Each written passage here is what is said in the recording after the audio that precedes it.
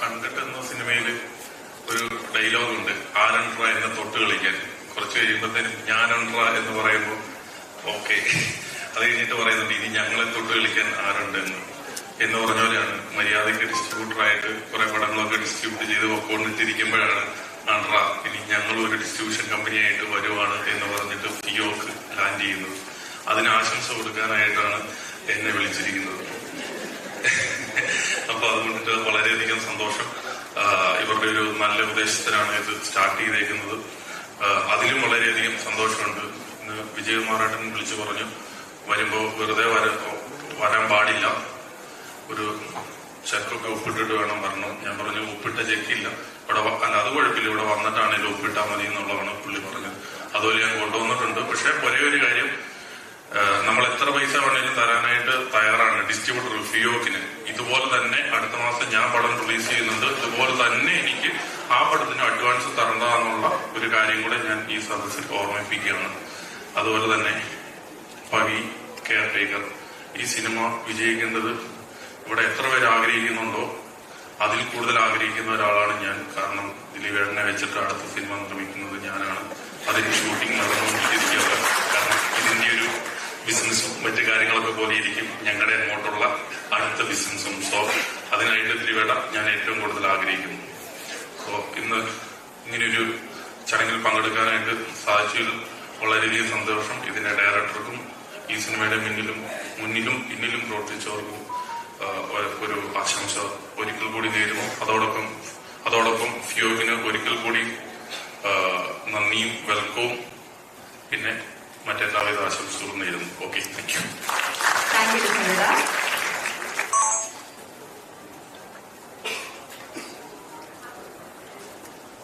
എല്ലാവർക്കും നമസ്കാരം. ഇന്ന് കേരളത്തിലെ സിനിമ തിയേറ്റർ ഓണേഴ്സിനെ സംബന്ധിച്ചിടത്തോളം വളരെ സന്തോഷകരമായ അല്ലെങ്കിൽ വളരെ ആശ്വാസകരമായ ഒരു ദിവസമായിട്ടാണ് ഞാൻ കരുതുന്നത്. ഒന്ന്, ഇങ്ങനെ നമ്മുടെ സിനിമ തിയേറ്റർ ഓണേഴ്സിന്റെ സംഘടന കഴിഞ്ഞ 7-8 വർഷമായി വളരെ സജീവമായി രംഗത്തുണ്ടെങ്കിൽ ഞങ്ങൾക്കൊരു ആസ്ഥാന മന്ദിരം ഉണ്ടായിരുന്നില്ല. അപ്പോൾ ഈ വാടക കെട്ടിടത്തിൽ പ്രവർത്തിച്ചുകൊണ്ടാണ് ഇത്രയും നാള് ഞങ്ങൾ പ്രവർത്തിച്ചുകൊണ്ടിരുന്നത്. സംഘടനയ്ക്ക് ഒരു ആസ്ഥാന മന്ദിരം വേണം എന്ന് തോന്നിയിട്ട് ഒരുപാട് നാളായി. ഇത് ഒരു ഡൊണേഷനിലൂടെയോ ഇല്ലെങ്കിൽ പിരിവിലൂടെയോ ഒക്കെ ഒരു മന്ദിരം ഉണ്ടാക്കുന്നതിനോട് മാനസികമായി ഞങ്ങൾക്ക് വളരെ എതിർപ്പുണ്ടായി. അറിയാവുന്നതും ചെയ്യാൻ കഴിയുന്നതുമായ ജോലി ചെയ്യുക, അവനവന്റെ ഒരു ആസ്ഥാന മന്ദിരം ഉണ്ടാക്കുക എന്ന ആശയമാണ് ഞങ്ങളുടെ മനസ്സിലാക്കുന്നത്. അതിന് ചെയ്യാൻ പറ്റുന്ന ഒരു ജോലിയായി മലയാളത്തിലെ ചിത്രങ്ങൾ വിതരണം ചെയ്യുക തിയേറ്റർ സംഘടനയായ ഞങ്ങൾക്ക്, കേരളത്തിലെ എല്ലാ തിയേറ്ററുകളുടെയും ഉടമസ്ഥരായ ഞങ്ങൾക്ക് നല്ല തിയേറ്റർ, നല്ല സിനിമകൾ നല്ല തിയേറ്ററുകൾ പറയുന്ന സ്റ്റേഷനിൽ റിലീസ് ചെയ്ത് അതിനുള്ള ഫണ്ട് കണ്ടെത്തുക എന്ന ഉദ്യമമാണ് ഞങ്ങൾ ഏറ്റവും വലിയ. ഇതിന് എല്ലാവരുടെയും സഹകരണം ഉണ്ടാകണം. പ്രത്യേകിച്ചും കേരളത്തിലെ എല്ലാ പ്രൊഡ്യൂസേഴ്സിന്റെയും എല്ലാ നടീനടന്മാരുടെയും എല്ലാ സഹകരണവും ഞങ്ങൾക്ക് ഉണ്ടാകുമെന്ന് പ്രതീക്ഷിക്കുന്നു. ഇന്ന് സത്യത്തില് ഈ നമ്മൾ പുറത്ത് കാണുന്ന ഒരു തിളക്കമൊന്നും ഒരു തിയേറ്റർ ഉടമയുടെ ജീവിതത്തിലില്ല. ഒരുപാട് കഷ്ടപ്പാടുകളുണ്ട്, ഒരുപാട് പ്രശ്നങ്ങളുണ്ട്. പ്രത്യേകിച്ച് ഈ കോവിഡ് സമയത്തൊക്കെ അത് വളരെയധികം അനുഭവിച്ച ഒരു വിഭാഗമാണ് തിയേറ്റർ ഉടമ. പ്രളയത്തില് ഒരു 3-4 തിയേറ്ററുകൾക്ക് വൻ നാശനഷ്ടം ഉണ്ടായപ്പോൾ ഫിലിം ചേംബറിന്റെ കെയർഓഫിൽ ഓരോ തിയേറ്ററുകളിലും 50,000 രൂപ വീതം മാത്രമാണ് കൊടുക്കാൻ സാധിച്ചത്. ചില തിയേറ്ററുകൾ ആ 50,000 രൂപ മേടിച്ചപ്പോൾ തന്നെ അവരുടെ കണ്ണ് നിറഞ്ഞൊഴുകുന്ന കാഴ്ച ഞാൻ കണ്ടിട്ടുണ്ട്. കാര്യം അത്രത്തോളം ബുദ്ധിമുട്ടുള്ളത്. തിയേറ്റർ ക്ലീൻ ചെയ്ത് വർക്ക് ചെയ്യിക്കാനുള്ള ഒരു സാഹചര്യമെങ്കിലും ഞങ്ങൾക്ക് ഉണ്ടാക്കി തന്ന ചേംബറിന് നന്ദി എന്നാണ് അവർ പറഞ്ഞത്. ഈ അടുത്ത കാലത്ത് 25 ലക്ഷം രൂപ ഒരു EMI കൊടുക്കാൻ സാധിക്കുമായിരുന്നുണ്ടെങ്കിൽ ഒരു തിയേറ്റർ ജപ്തി ചെയ്യപ്പെടത്തില്ലായിരുന്നു. ആ ഒരു തിയേറ്റർ ജപ്തി ചെയ്തു. കുടുംബപരമായി അല്ലെങ്കിൽ 2-3 തലമുറകളായി നടത്തിക്കൊണ്ടുവന്ന ആ തിയേറ്റർ ജപ്തിയിലേക്ക് പോയി. ആ തിയേറ്ററിന് അന്യതനപ്പെട്ടു. അപ്പൊ ഈ സംഭവങ്ങളെ കാണുമ്പോൾ എനിക്ക് തോന്നി തിയേറ്റർ സംഘടനകളുടെ കൈവശം ഒരു ഫണ്ട്, ഒരു കരുതൽ തന്നെ ഉണ്ടാകും. ഒരു അത്യാവശ്യ സമയത്ത് ഒരു തിയേറ്ററിനെ സഹായിക്കാനായി കടമായി നൽകാനെങ്കിലും ഒരു എമൗണ്ട് നമ്മളിൽ ഉണ്ടാകും, ഒരു ആസ്ഥാന മന്ദിരം ഉണ്ടാകും. ഈ സൈസ് ലക്ഷ്യങ്ങളുമായിട്ടാണ് ഞങ്ങൾ ഈ രംഗത്തേക്ക് ആരംഭിച്ചിരിക്കുന്നത്. ഇതിൽ മറ്റൊന്നിനും ഒരു സ്ഥാനവുമില്ല. ചിത്രങ്ങൾ വിതരണം ചെയ്യുക, ഈ തിയേറ്റർ ഉടമകളുടെ കാര്യങ്ങൾ ഇത് ചെയ്യുക. അത് കൂടാതെ തന്നെ നമുക്കറിയാം, മലയാള സിനിമ ഉണ്ടായതിനു ശേഷം ഒരുപാട് മാറ്റങ്ങൾ ഉണ്ടായിരുന്നു. പ്രൊഡക്ഷനിലായാലും ഇല്ല, മറ്റ് സാങ്കേതിക രംഗത്തായാലും അനവധി മാറ്റങ്ങളാണ് ഉണ്ടായിരുന്നത്. പക്ഷെ വിതരണ രംഗത്ത് ആദ്യം ഉണ്ടായ അതേ രീതി. കാര്യം ആ പെട്ടി കൊണ്ടുവരുന്ന രീതിക്ക് മാത്രമേ മാറ്റം ഉണ്ടായിട്ടുള്ളത്. എല്ലാ ക്യാമറ റെപ്രസെന്റേറ്റീവ് പോകുന്നു, എല്ലായിടത്തും പോസ്റ്റ് ഒട്ടിക്കുന്നു. നാഷണൽ ഹൈവേയുടെ 2 സൈഡ് പോസ്റ്റ് ഒട്ടിക്കുന്നു. ആരെങ്കിലും കാണുന്നോ കാണുന്നില്ലയോ എന്നുള്ളൊരു വിഷയമല്ല. അപ്പൊ ഈ അടുത്ത കാലത്ത് ഞാനൊരു വിതരണ കമ്പനിയിൽ ഇവിടെ എന്തിനാ പോസ്റ്റ് ഒട്ടിച്ചെന്ന് അവർ പറഞ്ഞത്, ആ വഴിയാണ് ഈ പടത്തിന് നിർമ്മാതാവും പ്രധാന നടനും പോകുന്നുള്ളത്. ആ പ്രധാന നടനും നിർമ്മാതാവും പോകുന്ന വഴിയാണ് പോസ്റ്റ് ഒട്ടിക്കുന്നത്. അല്ലാതെ ഏറ്റവും കൂടുതൽ ജനങ്ങൾ തങ്ങുന്ന ബസ് സ്റ്റാൻഡോ റെയിൽവേ സ്റ്റേഷൻ പരിസരത്തോ അല്ല. അതിന് മാറ്റങ്ങളുണ്ടാവും. അങ്ങനെ നമ്മൾ അനാവശ്യമായ ചെലവുകൾ ഒഴിവാക്കിയാൽ തന്നെ ഒരു നിർമ്മാതാവിന് ഏറ്റവും കുറഞ്ഞത് 30 ലക്ഷം രൂപ 30% കാശ് ലാഭിക്കാമെന്നാണ് ഞാൻ കണക്കുകൂട്ടിയിട്ടുള്ളത്. ഇതിനെപ്പറ്റി കുറച്ചു നാളായിട്ട് പഠിച്ച്, കുറച്ചു നാളായിട്ട് കണക്കുകൂട്ടി കൃത്യമായ ഒരു നിഗമനത്തിലും കൃത്യമായ ഒരു പ്രവർത്തന രീതി ആവിഷ്കരിക്കണം എന്നുള്ള ഉദ്ദേശത്തോടെയാണ് ഞങ്ങൾ ഈ രംഗത്ത് ഇറങ്ങിയിട്ടുള്ളത്. നമ്മൾ കൃത്യമായ കാര്യങ്ങൾ കൈകാര്യം ചെയ്താൽ ഓരോ പ്രൊഡ്യൂസറുടെയും 30% പൈസയെങ്കിലും ഒരു പടം റിലീസ് ചെയ്യുമ്പോൾ ലാഭിക്കാൻ പറ്റുമെന്നുള്ളതാണ് എന്റെ വിശ്വാസം. അതിന് തീർച്ചയായിട്ടും ഞങ്ങൾ നിരന്തരമായി രംഗത്തുണ്ടാവും. പിന്നെ ഈ ചിത്രത്തെ പറ്റി ശ്രീ ദിലീപിന്റെ പവി എന്ന ചിത്രം തന്നെ അദ്ദേഹം ചെയർമാനായ ഈ സംഘടനയ്ക്ക് വിതരണത്തിൽ നൽകിയതിലൂടെ ഒരു വലിയ മനസ്സാണ് അദ്ദേഹം കാണിച്ചത്. അതിനോടൊപ്പം തന്നെ കേരളത്തിലെ അദ്ദേഹത്തിന്റെ ആരാധകരായ ലക്ഷോപലക്ഷം ജനങ്ങളുടെ പ്രാർത്ഥനയ്ക്കൊപ്പം തന്നെ ഈ കേരളത്തിലെ ഓരോ തിയേറ്റർ ഉടമകളുടെയും അവരുടെ കുടുംബങ്ങളുടെയും പ്രാർത്ഥനകളോടുകൂടി ഈ പടത്തിന് പിന്നിൽ ഉണ്ടാകും എന്ന് 100% ഞാൻ ഉറപ്പിച്ചു പറയുകയാണ്. ഞങ്ങളുടെ ഈ ആദ്യത്തെ സംരംഭം തന്നെ ഒരു വൻ വിജയമാകും. ശ്രീ ദിലീപിന്റെ കരിയറിലെ തന്നെ ഏറ്റവും ഉന്നതമായ പ്രോജക്റ്റ് ആകുന്നത്, ഏറ്റവും പണം വാരി പടമാകുന്നതെന്ന് ആശംസിച്ചുകൊണ്ട് എല്ലാവിധ നന്മകളും നേർന്നുകൊണ്ട് നന്ദി, നമസ്കാരം. എല്ലാവർക്കും നമസ്കാരം. ഈ സയന്റിസ്റ്റുകൾ പറയും കോസ് ഇല്ലാതെ എഫക്റ്റ് ഇല്ലാതെ എന്ന് പറഞ്ഞാൽ കാരണമില്ലാതെ ഫലമില്ല. ദിലീപ് ഒരു കാരണമാണ്. അമ്മ എന്ന സംഘടന തങ്ങളുടെ അംഗങ്ങൾക്ക് പെൻഷൻ കൊടുക്കുവാനും മറ്റ് ഫണ്ട് റൈസിങ്ങിനും ഒക്കെയായി ആലോചന നടത്തിയപ്പോൾ ദിലീപ് ആ പ്രോജക്റ്റ് ഏറ്റെടുത്തു. നമുക്ക് ഏവർക്കും അറിയാം, അന്ന് വരെ മലയാള സിനിമ ദർശിക്കാത്ത ഒരു ഹിറ്റായി മാറിയ 2020യെ കുറിച്ച്. മറ്റൊരു നിമിത്തമാണ് ഇന്നിവിടെ നടന്നത്. മലയാള തിയേറ്റർ വ്യവസായ രംഗത്തെ പ്രമുഖരായിട്ടുള്ള സംഘടന പിയോക് പിച്ച് വെച്ച് നടന്നു. ജെ.കെ. പ്രസിഡന്റ് പറഞ്ഞു 7 വയസ്സിൽ തന്നെ പണി തുടങ്ങി.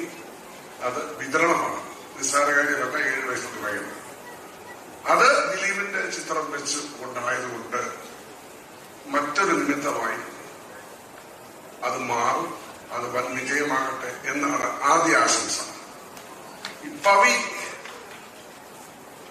എന്ന സിനിമ ചേംബറിൽ വരുമ്പോൾ ഞാൻ ഈ പ്രോജക്റ്റൊക്കെ ഇങ്ങനെ നോക്കി വന്നപ്പോൾ ചില പ്രോജക്റ്റിൽ ഞാൻ സത്യസന്ധമായി പറയുകയാണ്, ചില പ്രോജക്റ്റ് നമ്മുടെ മുമ്പിലേക്ക് വരുമ്പോൾ എന്തോ ഒരു വെളിച്ചം നമുക്ക് ഒരു പോസിറ്റീവ് എനർജി. രാവിലെ നമ്മൾ നന്നായിട്ടൊക്കെ ഒരുങ്ങി നമ്മൾ ഭയങ്കര സ്മാർട്ടാണെന്നൊക്കെ നമ്മൾ സ്വയം ധരിക്കുക. അത് ഈഗോയാണ്, മനുഷ്യന്റെ സൈക്കോളജിക്കൽ അത് ഈഗോയാണ്. എന്നിട്ട് നമ്മൾ നല്ല ഡ്രസ്സൊക്കെ ഇങ്ങനെ ഇറങ്ങി വരുമ്പോ ഒരാള് പറയുക ഇതെന്ന ഡ്രസ്സാണ് കൊള്ളത്തില്ലല്ലോ എന്ന് പറഞ്ഞാൽ അന്നത്തെ ദിവസം ചിലപ്പോ കൊള്ളാമായിരിക്കും, മറ്റു വല്ല ലക്ഷ്യത്തോട് ആയിരിക്കാം പറയുക. നമ്മൾ ഒരു കാര്യം കാണുമ്പോൾ ഒരു പോസിറ്റീവ് എനർജി നമുക്ക് അടിക്കുന്നുണ്ടെങ്കിൽ അതിലൊരു പോസിറ്റീവ് എനർജി ഉണ്ട് എങ്കിൽ അവിടെ ഐശ്വര്യമുണ്ട് എന്നാണ് അർത്ഥം. ഈ പരാജയത്തിന്റെ അവകാശം ആരും ഏറ്റെടുക്കാറില്ല. പരാജയം എന്നും അനാഥല്ല. ഒരു പരാജയപ്പെട്ട സിനിമ എടുത്ത പ്രൊഡ്യൂസറെ പോലും വീട്ടുകാരെ പോലും സുഹൃത്തുക്കൾ, ബന്ധുക്കൾ, ചാർച്ചക്കാരൊക്കെ ഒരു പടം അത്രയും. ഒരു പടം വിജയിച്ചാൽ വിജയത്തിന് വഴിയെ പോകുന്ന ഒരു മൊത്തം അവകാശികൾ. വിജയത്തിന്റെ അവകാശികൾ എന്ന് പറഞ്ഞാൽ മുട്ടിട്ട് നടക്കാറുണ്ട്. ഞാൻ അന്നേ പറഞ്ഞില്ല പടം വിജയിക്കുന്നു, ഞാൻ അന്നേ പറഞ്ഞില്ല ഇന്നൊക്കെ പറഞ്ഞുകൊണ്ട് ഇതിന്റെ അവകാശം എവിടെയെങ്കിലും വെട്ടെടുക്കാൻ ശ്രമിക്കും. അതുകൊണ്ട് പരാജയം നിന്നും അനാഥനാണ്, വിജയം നിന്നും സനാതനാണ്. ഇവിടെ ഈ പവി എന്ന സിനിമയുടെ കെയർ ടേക്കർ എന്ന സിനിമയുടെ പോസ്റ്റർ കണ്ടുകൊണ്ട് മറ്റൊരു നിമിത്തമുണ്ട്.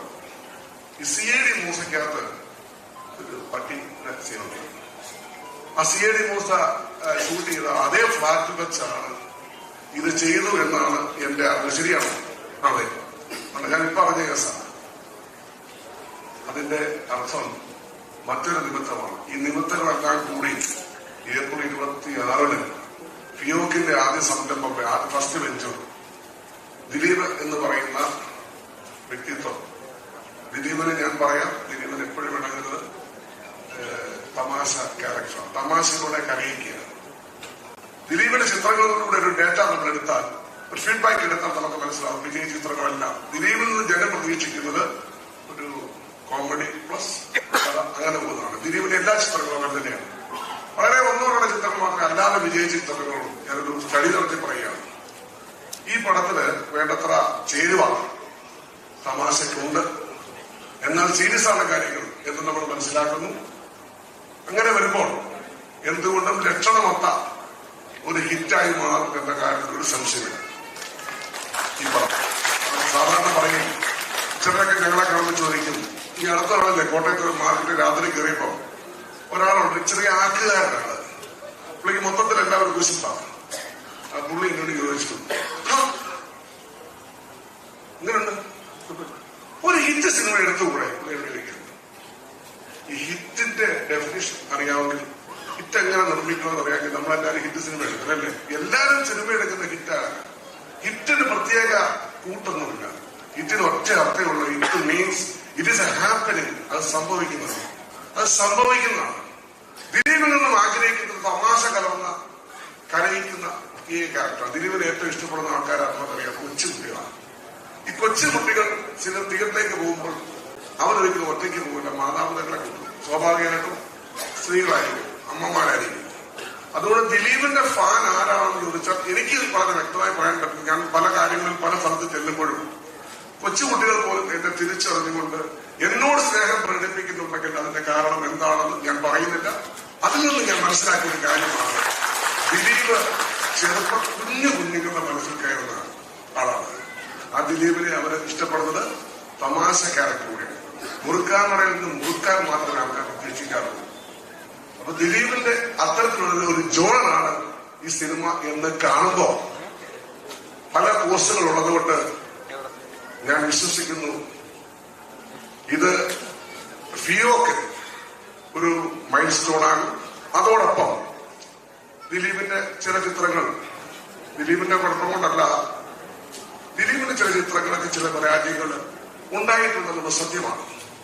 അതിനെല്ലാം മറച്ചു വെച്ചുകൊണ്ട്, കവച്ചു വെച്ചുകൊണ്ട് വലിയൊരു കൊടുങ്കാറ്റായി പവിയുടെ ഈ സിനിമ കേരളത്തിലേക്ക് മാറട്ടെ എന്ന് മാത്രം ആശംസിച്ചുകൊണ്ട് എല്ലാവരും നന്മകളും അർപ്പിക്കുന്നു.